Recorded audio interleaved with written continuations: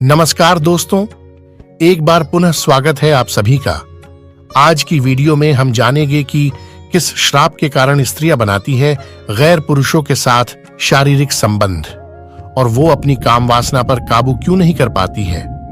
आखिर ये स्त्रियां किस श्राप के कारण ऐसा करती है। मित्रों, आज की वीडियो में हम यही सब जानेंगे। मित्रों, आज की यह कहानी बहुत ही ज्ञानवर्धक और रोचक होने वाली है, इसलिए आप सभी दर्शकों से मैं निवेदन करता हूं कि वीडियो को पूरी व अंत तक अवश्य देखें। मित्रों, आइए देखते हैं कि किस श्राप के कारण स्त्रियों में काम वासना की भूख जागृत हुई और किस श्राप के कारण देवराज इंद्र के शरीर पर हजारों योनियां बन गई थीं। इंद्रदेव को स्वर्ग के राजा के रूप में भी जाना जाता है। वहीं दूसरी ओर देवराज इंद्र को उनके भोगवादी होने के लिए भी जाना जाता है। ऐसी कई पौराणिक कथाएं प्रचलित हैं जिसमें इंद्रदेव को अपनी इन्हीं आदतों के कारण परेशानियां झेलनी पड़ी। ऐसी ही एक घटना में इंद्रदेव को गौतम ऋषि के क्रोध का सामना करते हुए एक विचित्र श्राप झेलना पड़ा था। सनातन धर्म में देवराज इंद्र को वर्षा का देवता माना गया है, अर्थात पृथ्वी पर वर्षा करने का कार्यभार वही संभालते हैं। लेकिन उनके जीवन की ऐसी कई घटनाएं हैं जिनके कारण उन्हें कई बार कष्टों का सामना करना पड़ा। इंद्र द्वारा किए गए अपराधों के कारण उन्हें दूसरे देवताओं के समान ज्यादा आदर सत्कार नहीं दिया जाता।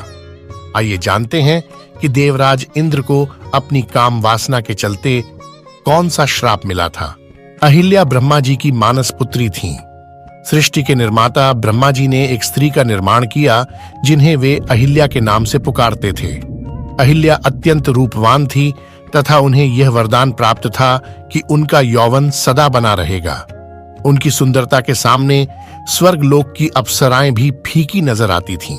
अहिल्या की सुंदरता के कारण सभी देवता उन्हें पाने की इच्छा रखते थे। ब्रह्मा जी ने अहिल्या की शादी के लिए एक परीक्षा का आयोजन किया, जिसके विजेता से वह अहिल्या की शादी रचना चाहते थे। सभी देवताओं को निमंत्रण दिया गया।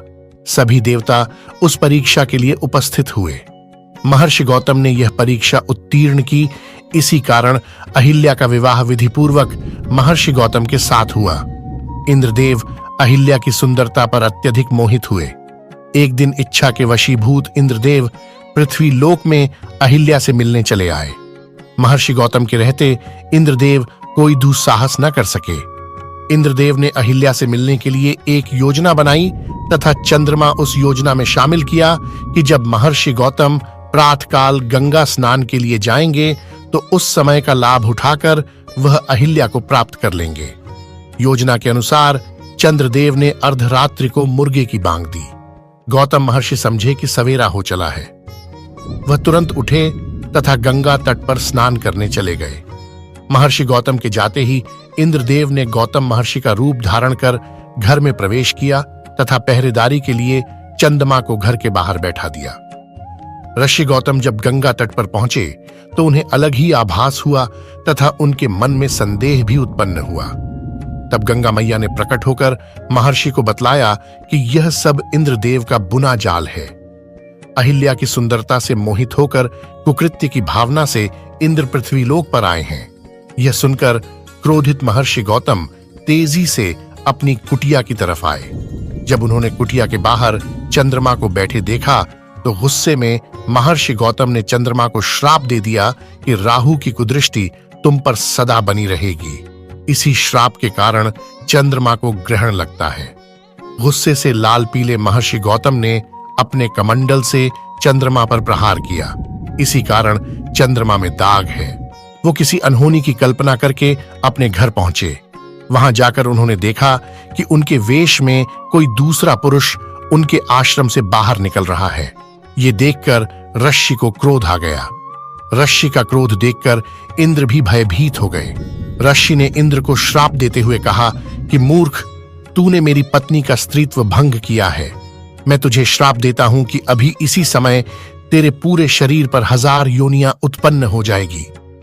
श्राप के चलते इंद्रदेव के पूरे शरीर पर 1000 योनियां उत्पन्न हो गईं, जिसके चलते इंद्र को आत्मग्लानि का अनुभव हुआ।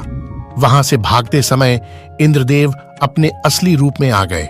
इंद्र अपनी इस दशा से बड़े लज्जित हुए। इन्होंने गौतम ऋषि से क्षमा याचना की, लेकिन उन्हें क्षमा नहीं मिली। इसके बाद देवराज इंद्र ने भगवान सूर्य की तपस्या की। सूर्यदेव ने इंद्र से कहा कि तुमने पाप कर्म किया है, इसलिए इसका दंड तो तुम्हें भोगना ही होगा, लेकिन मैं इतना कर सकता हूं कि तुम्हारे शरीर पर नजर आने वाली योनियां अब नेत्र में बदल जाएगी। इसके बाद इंद्र के शरीर पर मौजूद योनि आंखों में बदल गईं। इसलिए कहा जाता है कि इंद्र की 1000 आंखें हैं, जो उनके दुष्कर्म और धर्म भ्रष्ट होने की कहानी कहते हैं। अहिल्या की कोई गलती नहीं थी।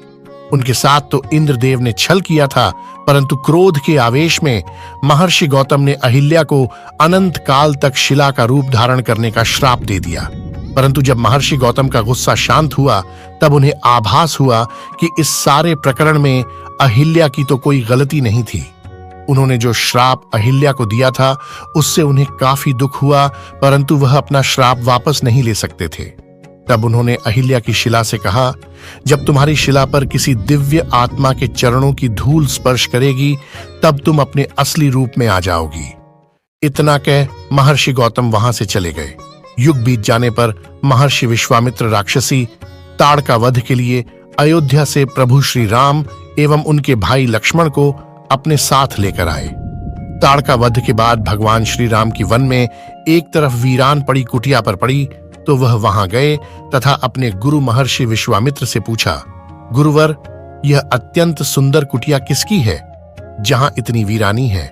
प्रतीत होता है कि युगों से यहां कोई आया गया नहीं है। कोई पशु पक्षी भी इस सुंदर कुटिया में नजर नहीं आ रहा। आखिर इसका क्या कारण है? इस रहस्य को बताइए। तब महर्षि विश्वामित्र ने कहा, हे प्रभु, यह कुटिया वर्षों से आपके आने का इंतजार कर रही है। इस कुटिया में आप जो शिला देख रहे हैं, ये आपके चरणों की धूल का युगों से इंतजार कर रही है। भगवान श्री राम ने महर्षि विश्वामित्र से पूछा, आखिर इतने वर्षों से यह शिला क्यों मेरी चरण रज का इंतजार कर रही है? इतना सुनकर महर्षि विश्वामित्र ने भगवान श्री राम एवं लक्ष्मण जी को अहिल्या की पूरी कथा सुनाई। पूरी कथा सुनने के बाद भगवान श्री राम ने अपने चरणों से उस शिला का स्पर्श किया। चरणों के स्पर्श से शिला अहिल्या के रूप में परिवर्तित हो गई। उस अवसर पर भगवान श्री राम ने अहिल्या से कहा कि इस सारे प्रकरण में आपका कोई दोष नहीं। अब गौतम महर्षि भी आपसे क्रोधित नहीं है। अहिल्या के वास्तविक रूप में आते ही वीरान कुटिया में फिर से बाहर आ गई। पक्षी चहचहाने लगे। इस प्रकार भगवान श्री राम ने देवी अहिल्या का उद्धार किया। सभी योगी जन इसी राम नाम का जाप करते हुए परम सत्य को पाने के लिए प्रयासरत रहते हैं। राम नाम रहस्यपूर्ण व गूढ़ होने पर भी मधुर, मनमोहक व कल्याणकारी है। दोस्तों, आशा है आपको यह कहानी अच्छी लगी होगी। ऐसी ही रोचक कहानियां सुनने के लिए हमारे चैनल को सब्सक्राइब जरूर करें। धन्यवाद। आपका दिन मंगलमय हो।